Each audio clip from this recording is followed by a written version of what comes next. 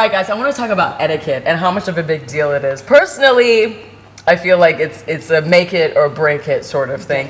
Etiquette in this day and age, definitely a big deal to me. But I'll get around to why in a second. What do you guys think about etiquette? I would say this might not seem like the conventional thing when we think about etiquette, but again, if you think about dating etiquette, it falls in line. Like if you go on a date with someone, it should be reciprocal. You ask questions, give and take. I was on a date with this, let's give him the name Christian, if you will. Christian. Imagine his name's actually Christian. Decided to literally write a dissertation an autobiography of his whole life on this whole date. Me. Just him. He took himself on a date then. There was not one point in which he stopped to be like, okay, what about you? Mm-hmm. And at this point, I felt like I was a journalist, a reporter, and I'm not. I'm a lawyer. So now I'm like, I feel out of depth. This is scary. But it's also just like be engaged with the person that you're on the date with. Because the whole point of a date is to get to know someone. Right. Which I think is really lost on a lot of Ghanaian men. Yes. Like they go on dates more, let's be real, for a hookup or whatever, what have you, whatnot. On the absolute polar opposite end of that is guys that are a little bit sharing like too much and over controlling the situation, but then also what about guys that don't share anything at all? That's a really why am I sitting? Yeah, no, you're not. Yeah, you're not mysterious. You could be a convict. I don't know. You could have been to jail. I don't know. Are you married? Are you married with children? Why are you on a date if you won't talk? Exactly. Why am I like it's like pulling teeth trying to find out information about you? Nah, it's not what do you do for a living? You know, I just be hustling. Bro, that is not a profession. What are you hustling? That is not a profession. Stop. He said, I stay balling. What are you balling? What are you balling right now? I don't make it make sense. I don't like it. Make sense. Make it make sense. But on the topic of etiquette, let's talk about table manners as well. I know that's Oh my! I feel like I have the worst stories. Cause there was a guy. Only you've been on a date. Oh my goodness! As she should. She's our dating reference. So I met this guy and I was supposed to like handle digital marketing, social media marketing for him. So we were supposed to meet up and then talk about it, and it was over lunch. Oh my goodness! This guy, like first of all, he orders his food and come and say, "Oh, sorry, do you want anything?" And I was like, "Oh no, I'm okay." Then he starts eating and just left, right, like I was like for the first time, I was just like, he was like, "Oh, sorry, I'm hungry. I'm very, very hungry," and the food was Just everywhere. like dripping In his hair, his beard, everywhere. And I was just like, rushing your food is not going to make you any less hungry. Your system will still. You act like we ain't never fed you in your life. It's giving. Are you homeless? This was the first. Do they feed you at home, sir? Do they feed you at home? Is everything why are you okay at home? Why are you inhaling your food? like your left breathe, like just, oh my dear, relax. You know what I kid said? The guys who are licking their fingers. Yeah. Yeah, the guys have the chicken like just The guys who are You know the seasoning is not really that great, so It's not that deep. It's not that deep. Suck it on your fingers. you finish and then you chew the bone. You know what it is? It's chewing the bones to dust and then like suck it on everything, using the bone as the spoon. So first of all, if we're going on a date, I'm not taking you to go and eat fufu anywhere because that would tell me a little bit too much about your eating habits, and I don't think I want to know that right now. Honestly. That would not be the first date. I feel like if it's my first date and your table manners are horrible, that's it. Never again. For what? What if we get invited? No. So, girls, then let me ask you this: would you go for a fufu date as your first date with someone? It really depends. It depends on the type. Like, see, if I've known the guy for, I currently have a boyfriend, so obviously not you, Julian. But if I'd known the person for a while and we were like, say, friends, it's probably more well adjusted where we can go and have fufu together. But if it's like a blind date or a meeting up for the first time, I'm probably not gonna go for a date where we're using our arms.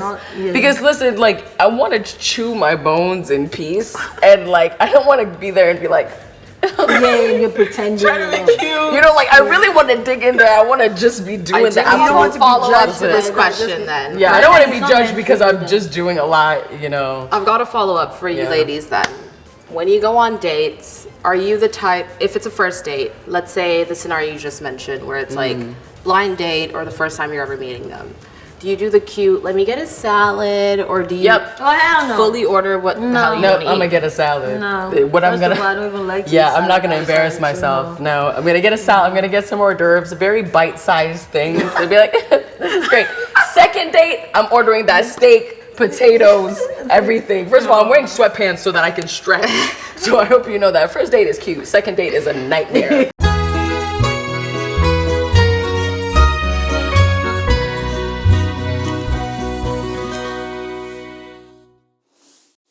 I guess the last thing I want to ask about etiquette is, are there certain things that we're willing to overlook due to financial status, looks, background? I mean, be honest with me, y'all. Yeah, if we're being honest, I may be able to overlook based on, if he's my type of guy, I may be able to overlook to a certain degree. Like if it's like Overlook an hour, what? based on his looks and his status, but he's like a total screwover. I'm trying to mind my language, but it's not working. And he's all about himself and every red flag you can think about. An hour into it, I cannot pass that 1 hour. Okay. After that, it's like, Okay, so you're saying that there's a certain, you will be able to withhold I may be able to your tolerate comments for a certain time. just for like after an that. inch of time. No, Okay. I can't. Not longer than What an about hour. you guys? Pure honesty here, because I know my You know when truth. you like a guy, you keep making excuses for his Okay, nonsense? if we're gonna get into that, I ain't finna hold y'all. When it comes to making excuses, I am queen bee. Because I'm very either like, why are you here? Or like, I'm doomed and I kind of have feelings for you, so I'll just, Keep you making know. excuses. Yeah. Or allow things to slide, which goes back to her question. But I think for the most part, if I'm going out on dates with you and I find that I like you as a person and I've messed with your personality, if there's certain things about your etiquette, let's say like your table manners, that doesn't really coincide with the way that I've been raised or what I like, I'm still gonna let that slide because I like you as a person. It also comes down to a cultural thing Right, sometimes. and it's like you can't teach certain people your culture. Like it's either they had it or they didn't. But I won't lie. I've given a lot of flack this whole episode. I'm a lover, not a fighter. So there's a lot that I wouldn't say Tolerate. a lot. No, not a lot. But So there scratch that. there are a few things that I would be like, okay, well, it's fine. We're human. Only for a short time. 2 seconds. In a glimpse of time. Done. It'll be difficult, I don't lie, because financial status, I can't, because I'm a baby girl for starters, I'm a baby girl. For That part. Shout out to the girls with the baby girl lifestyle. Cheers to you. Suck Cheers life to all you. the way. So if you're not financially stable in the beginning, I might be able to look beyond that for a bit. But there must be a plan. Do you get me? Like, I'm not there yet. But we're talking so I about etiquette, specifically etiquette. Is there certain things that we're willing to No, I can't. I will just be focused. what I I'll wanted just to know. like the whole time. I'll just be like, when?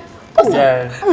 When's you trained? No. Why is it home training? One thing that I really don't I- really understand is the men who I would say let me use just Accra as a central example. The guys who I would say are doing well for themselves, maybe are, I won't say the upper echelon, but they're doing well for themselves financially. But yet we go to dinner together and you're using knife and fork like Oh, this. how far? How can you do that? It's not. think he has It's giving done. hard Yeah, math. money It's for not decoration. calculating. Done. It's not calculating. I'm dyscalculi, y'all. And it's still not adding up. They ends there. It ends right there. And I feel like there's certain things too. I mean, someone really close to me the other day said you can't buy class, and I think this is a whole other episode within on its own. itself. Yeah. But I think it's really relevant because you see a lot of people who have copious amounts of money. However they get that money is none of my business, but copious amounts of money and still don't really still know how to don't see carry the class, themselves yeah. in that sense. But yes, but I will say this though. I have seen certain situations. Everyone's situation is really different. There's different circumstances, different environments, but I've definitely seen some cases where certain etiquette and the standard of upkeep and living is overlooked due to somebody's financial status or the fact that he's just fine or whatever his background or with it, is, any way, shape, or form. But yes, very honest answers. Thank you for that.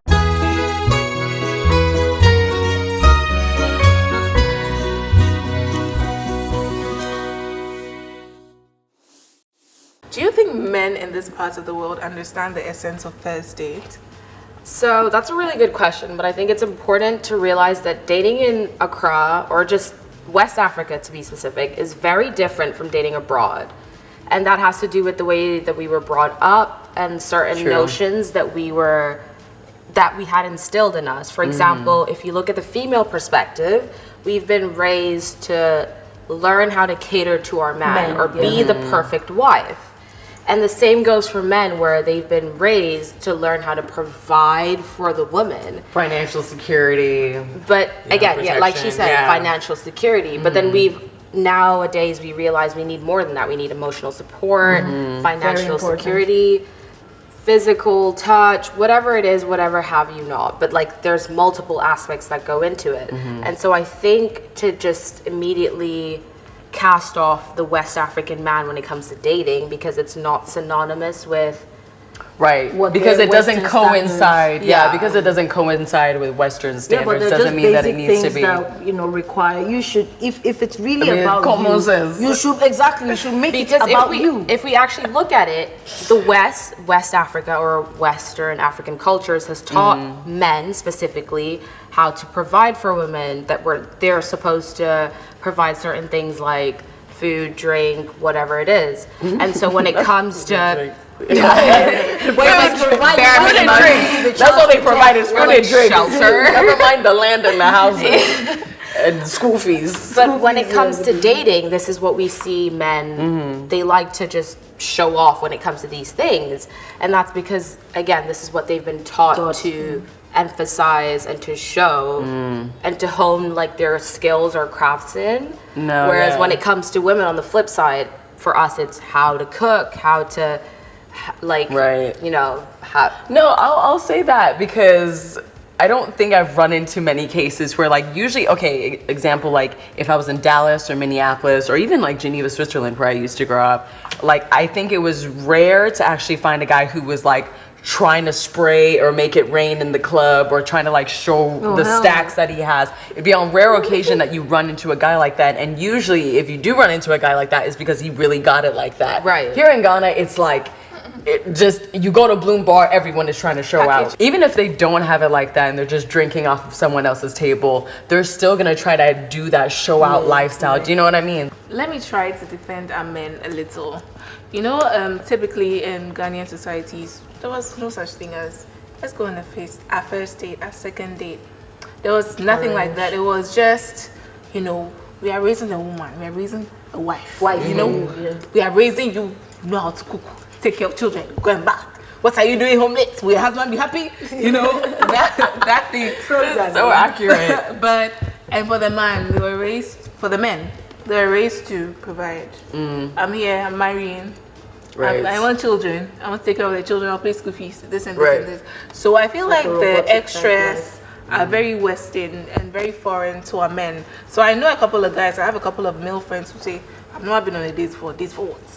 It's true. No, it's definitely true. I have male members in my own family that when we're even having these sorts of conversations, and we're talking about like emotional intelligence or vulnerability, it's a very small fraction of my cousins. And usually it's the cousins who have been exposed to different cultures who come back with a more widespread understanding.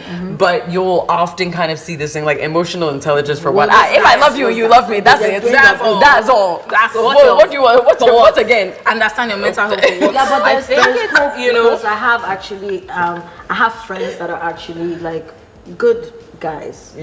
Of course. They do everything. Shout out to the good men. Sorry, honestly, if we love y'all. Let me just a disclosure, because I feel like I can also see the film crew also getting angry at us.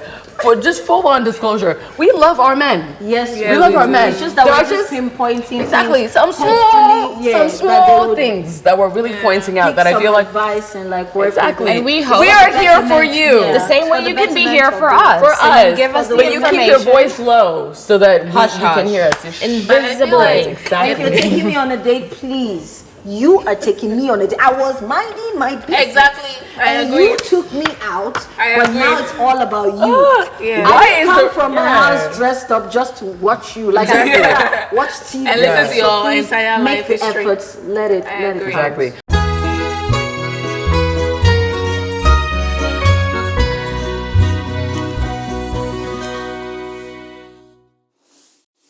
So for the young creators out there who want to pursue a career in digital marketing or want to do something related to the creative industry, please pursue it. You need to show them for them to believe. I've had people tell me that, I don't believe in digital marketing for what? But in the end, they see what you're doing, they're like, oh, okay. So you need to show them, honestly, you need to believe in what you're doing, know that it's good, and then show them. Be very consistent. And be professional in everything that you do. Like, take it seriously. You say you're passionate about be it. Relentless. Let it show. Be relentless. Be relentless. And keep it going. Like, Definitely. it'll pay off. It'll pay off. And one thing is that numbers do not lie. Numbers don't lie. One thing you cannot play with is statistics. And when you're actually looking at sales turnovers due to digital marketing, when you're actually looking at the gap in the demographic of West African content in the global market ground, and people are looking at, why is so and so making numbers like that on Netflix, but it's just a Nigerian movie? Listen, numbers do not lie. So whatever you're doing, keep it up. Don't tell them how to live your life. Well, unless they beat you at that point, just hide it. Just hide it. I'm just kidding. Just kidding. But protect yourself. Protect yourself. But also diligently. Stay true to yourself, and literally, like, we mean this from the bottom of our hearts. As everyone, I confidently say everyone who sits on this seat here with me today has pursued something that they're super passionate about, and it's given them a reward that is inexplicable. So I would say to the youth that's watching this now, do the same. Follow your heart, follow what you are passionate about. We don't say this to say don't listen to your parents, but if your parents do not understand what you want to do, like she said, prove it to them. Because at the end of the day, you're going to have to prove it to your parents. You're going to have to prove it to the executive. To everyone else. You're going to have to prove it to creative director. Why. So use your parents as your first elevator pitch to get to the next start of where you want to be in your next life. That part. Well, guys, that is all the time that we have for today. I want to thank you so much for joining us. We'll see you guys next time. Have a good one.